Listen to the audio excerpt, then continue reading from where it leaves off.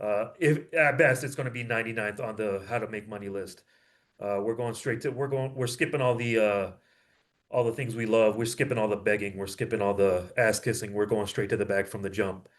So we're going to the market. We're going to learn some entrepreneurship.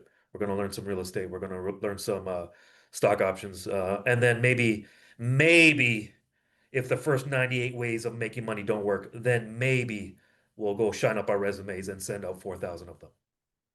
Wow. I like that. I mean, I think and I think that's really powerful, right? And what I like about that is, it's important to really think about that intergenerational transfer of knowledge and experience because, when I see what you're talking about with your daughter, it's like I see a version of you that's obviously, a woman instead of a man, but somebody who is learning the things you know now, but learning them at the age of 15, 12, Right. you know what I mean, that kind of thing. And here's the thing that's really interesting, and I hope everybody will hear me on this, is that you're very powerful, like, and people can tell you're confident, you're solid, you're strong, you're good at what you do, and so imagine just all of that being transferred to your child, and she's 25 years younger than you, right? Like your kids are supposed to be better than you because your kids are supposed to learn from you, right? We make mistakes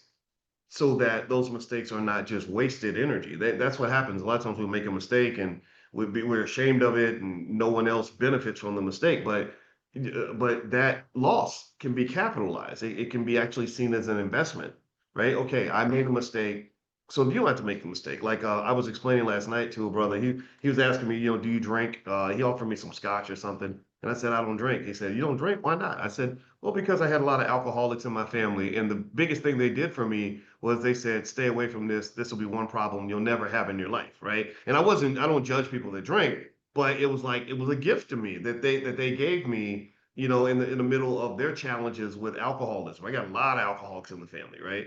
And so I almost feel that really for all of us, we have something to contribute to the kids, right? Even if your life is a mess, even if you made all the mistakes, right? I don't know if anybody else has made a lot of mistakes. All of us have, right? And the regrets and everything else. Don't just carry them around as this toxic energy where you're just mad that you missed out on stuff and all that.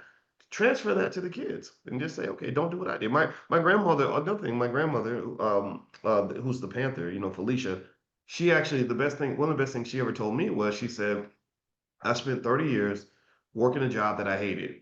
And she was at the Census Bureau. She had one of those good government jobs. And she said, don't ever do that to yourself. She said, the worst thing in the world is spend 30 years at a job that you hate. Yep. And that stuck with me, right? So let me ask you this. When you're talking to your daughter, what other advice do you give her in terms of, what it means to be financially secure? I assume she's not going to have all the money problems that so many young people have because she's got a great dad. What would be some other things that you share with her that she can benefit from? One thing is I emphasize this with a lot of people, not only her, but I say, look, if you do decide to do the traditional education thing, you have to study business. Okay, you have to study business. Here's why: you'll end up studying business anyways. So even Mm, if you go to engineering school, you'll end up studying business anyways. Even if you go to computer science school, you'll end up studying business anyways.